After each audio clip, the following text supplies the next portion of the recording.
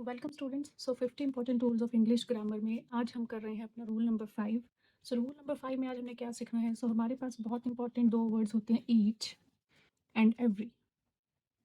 Each and every बहुत बार आपने exams में देखा होगा, इनसे क्वेश्चन तो बहुत फ्रिक्वेंटली पूछे जाते हैं और हमें इनका रोल याद रखना है कि इनसे किस किस तरह के क्वेश्चन बनते हैं।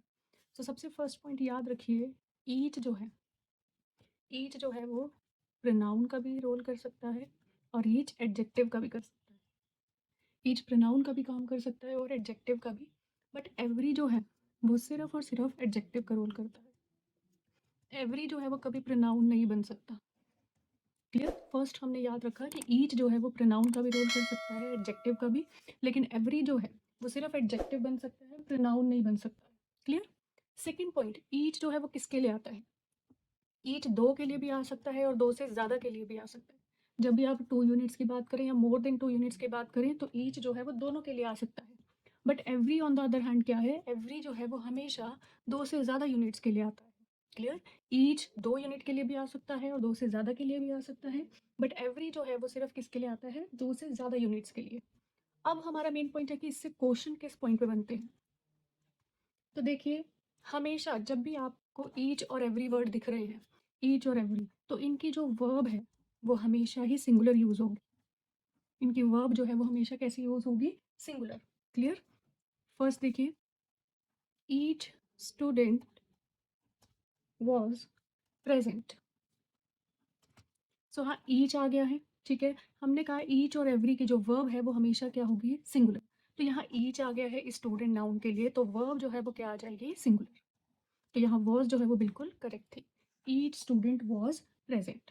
क्लियर। इनकी जो वर्ब है वो हमेशा क्या आएगी, सिंगुलर। सेम हम एवरी के साथ भी लिख सकते थे, एवरी स्टूडेंट वॉज प्रेजेंट। फिर यहाँ एवरी आ गया है जो स्टूडेंट नाउन के लिए आया है। ईच और एवरी आ जाए तो उनकी वर्ब क्या होती है, सिंगुलर। ये भी सेंटेंस करेक्ट है। क्लियर। थर्ड सेंटेंस देखिए, अगर हम लिखें each of the student was present, so यहाँ भी हमने देखा ईच है और वर्ब जो आई है वो क्या आई है, सिंगुलर। अब यहाँ दो चीज़ें ध्यान देने वाली हैं। एक, कि यहाँ हमने ईच के लिए सिंगुलर वर्ब लगाई। दूसरे, यहाँ पे जो नाउन है वो आपका किस फॉर्म में है, प्लूरल, लेकिन हमने वर्ब नहीं लगाया। और यहाँ पे आपका नाउन किस फॉर्म में था, सिंगुलर। ये डिफरेंस अब हमें पता होना चाहिए। देखिए, जब भी ऑफ आता है ना, जैसे हमने वन ऑफ का रोल भी किया था, ऑफ जो है वो सिलेक्शन करवाता है और सिलेक्शन जो है वो किसी एक से नहीं होती, इसलिए यहाँ जो नाउन आया है वो किस फॉर्म में है, प्लूरल। लेकिन यहाँ आप कोई सिलेक्शन नहीं कर रहे थे। क्लियर। यहाँ कोई सिलेक्शन नहीं था, इसलिए यहाँ पे नाउन क्या आया है, सिंगुलर फॉर्म में। यहाँ ऑफ था, मतलब आप सिलेक्शन कर रहे थे, इसलिए नाउन किस फॉर्म में आया है, प्लूरल। बट वर्ब जो है वो किसके लिए है, ईच के लिए। सो ईच और एवरी जब भी किसी नाउन के लिए आते हैं तो ईच और एवरी जो है वो अपनी वर्ब क्या यूज करते हैं, सिंगुलर। तो आप नाउन के लिए वर्ब नहीं लगाते हैं, किसके लिए लगा रहे हैं, ईच एवरी के लिए। क्लियर। तो ये भी सेंटेंस करेक्ट था। नेक्स्ट देखिए, every of the students was present. अब यहाँ पे क्या आ गया, एवरी, ऑफ आ गया, फिर से सिलेक्शन कर रहे हैं और सिलेक्शन ग्रुप कैसा होता है, प्लूरल। तो ये सही है। अब हमने सीखा एवरी और ईच की वर्ब क्या होती है, सिंगुलर, वो भी सही है। लेकिन सेंटेंस फिर भी क्या है, रॉन्ग। सेंटेंस रॉन्ग है। क्यों रॉन्ग है, क्योंकि देखिए यहाँ पे हमें याद रखना है ये पॉइंट जो हमने सीखा था। ईच प्रोनाउन भी बन जाता है, एडजेक्टिव भी, और एवरी क्या होता है, सिर्फ एडजेक्टिव। ठीक है। अब हम डिफ्रेंशिएट कैसे करेंगे, ईच कब प्रोनाउन है, कब एडजेक्टिव है।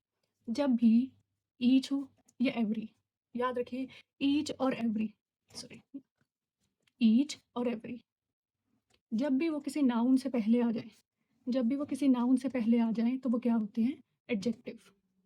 ईच और एवरी जब भी किसी नाउन से पहले आ जाए तो क्या होते हैं, एडजेक्टिव, बिल्कुल नाउन के साथ में आ जाए।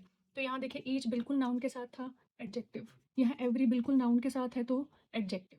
तो ये दोनों एडजेक्टिव तो बन सकते हैं, लेकिन एवरी नाउन नहीं बन सकता। अब यहाँ डिफरेंस क्या था, यहाँ ऑफ आ रहा है बीच में, डायरेक्ट नाउन से पहले नहीं है, तो यहाँ ये एडजेक्टिव नहीं है, यहाँ क्या है, ये प्रोनाउन। क्लियर। तो pronoun, as a pronoun each तो यहाँ सेंटेंस में सही था, बट हमने पढ़ा है एवरी जो है वो प्रोनाउन नहीं बनता है, तो यहाँ एवरी का रोल जो है वो क्या है, रॉन्ग। यहाँ एवरी को किससे रिप्लेस कर सकते हैं, ईच से। क्लियर। देखिए फिर से समझा रही हूँ, ईच और एवरी, ईच प्रोनाउन का भी रोल करता है, एडजेक्टिव का भी, बट एवरी जो है वो सिर्फ क्या बनता है, एडजेक्टिव। सेकंड हमने पढ़ा है ईच 2 यूनिट्स के लिए भी आ सकता है और मोर देन 2 यूनिट्स के लिए भी आ सकता है, बट एवरी जो है वो सिर्फ 2 से ज़्यादा यूनिट्स के लिए आता है। क्लियर? मेन हमने जो पॉइंट पढ़ा है जिससे इनके क्वेश्चंस आते हैं वो ये कि इन दोनों के लिए जब भी आपको कोई वर्ब यूज़ करनी है तो वो कौन सी आएगी? सिंगुलर। यहाँ ईच स्टूडेंट, ईच के लिए वर्ब आई है वॉज, एवरी स्टूडेंट, एवरी के लिए वर्ब आई है was, each of the students, यहाँ भी ईच के लिए वर्ब आई है singular, every of the students है, यहाँ भी हमने एवरी के लिए वर्ब यूज़ की थी सिंगुलर, वो करेक्ट थी।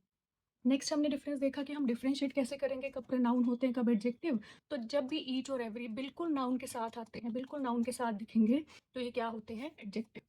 यहाँ नाउन के बिल्कुल साथ नहीं थे, यहाँ ऑफ आ गया था सिलेक्शन के लिए, तो यहाँ ये एडजेक्टिव नहीं, क्या होते हैं? प्रोनाउन। और प्रोनाउन जो है वो सिर्फ कौन बन सकता है? ईच।